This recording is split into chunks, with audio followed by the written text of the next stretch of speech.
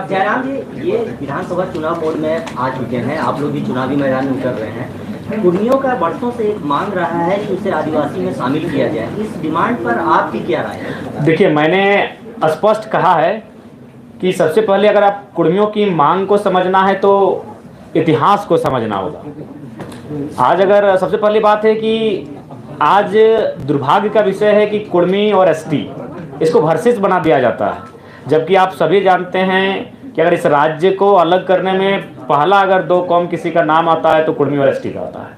निर्मल महतो की वो गोली, उसकी आवाज़, उसकी गूंज, उनके शरीर से बहता हुआ खून धरती पर टपकने के बाद वो सुगंध आज तक शांत नहीं हुई है, जिस शख्स के कारण ये झारखंड राज्य अलग हुआ, आज़ाद हुआ।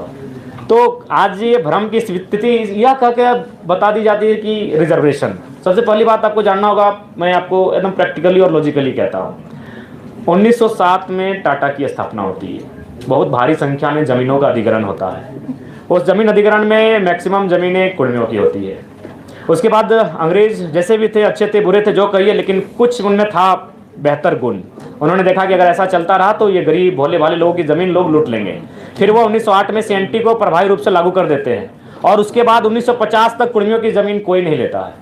1908 में जैसे ही सीएनटी लागू होता है, 1907 में एकदम बड़ी बेरहमी से टाटा ज़मीन लेती है। 1908 में सीएनटी लागू होता है, 1950 तक कोई नहीं लेता है। लेकिन फिर यही बात खलने लगती है उद्योगपतियों की कि अगर किसी का ज़मीन आपको लेना है तो उसको शेड्यूल से हटाना होगा, उसको नॉन शेड्यूल करना होगा, अनशेड्यूल करना होगा, तभी ज़मीन लेने में सुविधा होगी।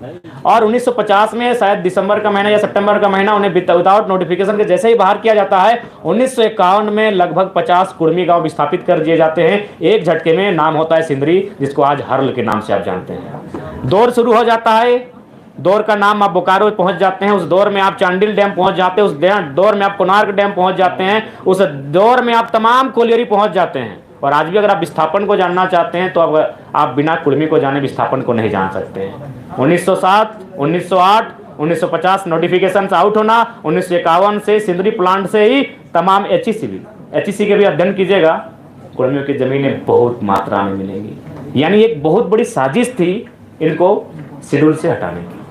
अब देखिए, विवाद ये होता है कि ये कौम अगर यहाँ एंट्री करती है तो इससे आदिवासी जो कौम अभी यहाँ है, अच्छा उसके बाद लोग तर्क देते हैं पहले 32 थे अब 36 हो गए, बाकी जो 4 आए किन्हीं ने अपोज नहीं किया, लेकिन इनको लगता है कि नहीं ये थोड़ा सा आबादी में ज़्यादा है। तो मैंने बार बार कहा कि एक रास्ता तैयार कीजिए। भारत एक ऐसा देश है जहाँ पशु पक्षियों का अधिकार है। आज जंगली हाथी लगातार 10 घरों का हमारा रोज तोड़ रहे हैं, लेकिन फिर भी हम उनको कुछ नहीं कर सकते क्योंकि भारत का संविधान कहता है, भारतीय संविधान आर्टिकल 48A स्पष्ट कहता है वन्य जीव संरक्षण। तो जिस देश में जीव जंतुओं को जीने का अधिकार है, अगर ये कुर्मी कौम जो आज धराशायी होने को, आज जिसने इस झारखंड को बनाने के लिए अपना सर्वस्व दे दिया, आज अगर वो एक अपनी पहचान मांग रहा है तो एक विकल्प का रास्ता तैयार कीजिए कि विवाद ना हो। इसीलिए मैंने जोर दिया कि 2016 से पहले ईडब्ल्यूएस नहीं था, एक नया कॉलम आया, देश ने स्वीकार किया, आप एक नया कॉलम लेकर आए, फार्मिंग ट्राइब्स, एग्रीकल्चर ट्राइब्स, कुछ भी नाम दीजिए, और एक नए कॉलम के साथ एक नया सुरक्षा उनको दीजिए, क्योंकि वो कौम खेतीहर है। आज झारखंड में पहली आबादी आदिवासियों की, दूसरी कुर्मियों की, फिर अल्पसंख्यकों की आती है। क्या आपको एक भी टॉप बिजनेसमैन का नाम है यार कुर्मियों का? थोड़ा सा ह्यूमैनिटी की बात कीजिए, छोड़ दीजिए इस विवाद से, थोड़ा बाहर आते हैं, मानवता के नाते थोड़ा कुर्मियों की बात कर लीजिए। एक भी बिजनेसमैन को आप जानते हैं?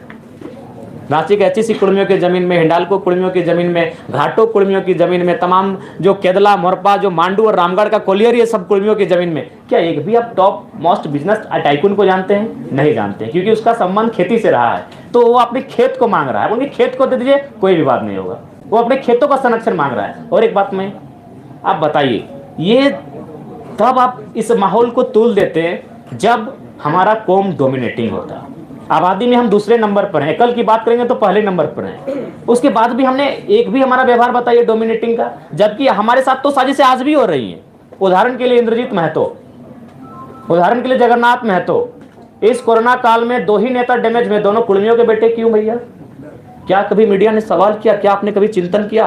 कसम खा के बोल रहे, इसके पीछे भी रीजन यही है कि कुर्मी के बेटे थे। हम तो साजिशों के शिकार आज भी हो रहे हैं। इसलिए आपसे हम पूरे राज्य से भी अनुरोध करेंगे कि ये जो जिस दृष्टि से आज हमें देखा जाता है उस दृष्टि से ना देखें। हम साजिशों के शिकार आज होते हैं। जगन्नाथ बाबू तो नहीं रहे, उनकी आत्मा को शांति मिले, इंद्रजीत बाबू स्वस्थ होकर वापस आए, हम ये प्रार्थना करते हैं। और किस पर लगा रहे हैं? ये बहुत बड़ा आरोप। ये नहीं, आरोप हम किसी पे नहीं लगा, नहीं, साजिश है। किसने साजिश? साजिश है। आप उस पर टीम बनाए, टीम गठन करें, साजिश पर पर्दाफाश करें। सुधीर महतो डिप्टी सीएम रहते हैं, रसगुल्ला खाते हैं और मृत्यु को प्राप्त कर जाते हैं। विनोद बिहारी महतो झारखंड के पुरोधा महानायक ट्रेन में बैठकर जाते हैं संसद भवन, उनके शरीर का रंग नीला पड़ जाता है, लेकिन कोई जांच की मांग नहीं उठती है, उनके शरीर का पोस्टमार्टम तक नहीं किया जाता। आज उनका भाई जिंदा, उनका इंटरव्यू ले लीजिए, उनका शरीर का रंग चेंज हुआ था कि नहीं हुआ था। अरे हम आज भी साजिशों के साथ हैं भैया। अलग झारखंड के राज्य के समय तो जो कत्ल हुआ था वो हुआ ही था भैया।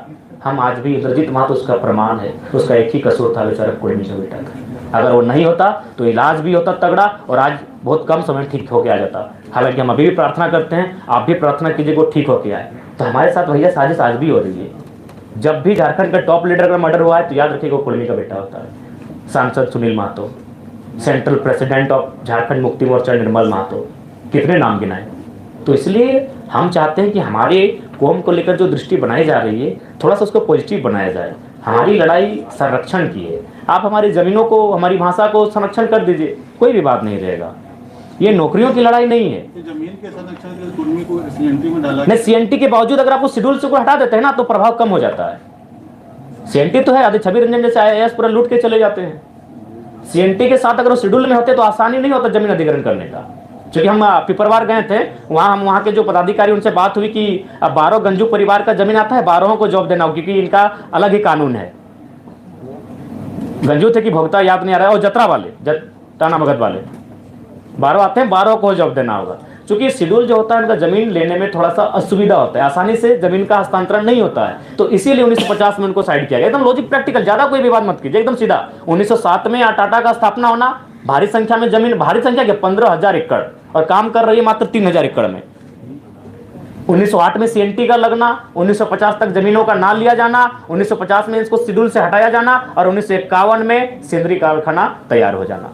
बस सिलसिला शुरू। 1958 में, 1964 में, 1972 में, 1986 में वो सिलसिला शुरू। तो ये जो डिमांड है वो संरक्षण का है। हम लोग अगर गवर्नमेंट में आते हैं, क्योंकि भारत देश जहां आर्टिकल 48 ए कहता है जीव जंतुओं की रक्षा करना, तो हम लोग जरूर इस पर एक नया कॉलम, एक नई तरकीब लेकर आएंगे, ताकि विवाद का भी समाधान हो जाए और उनकी मांग को भी एक आज़ादी मिले, एक समर्थन मिले। आखिरी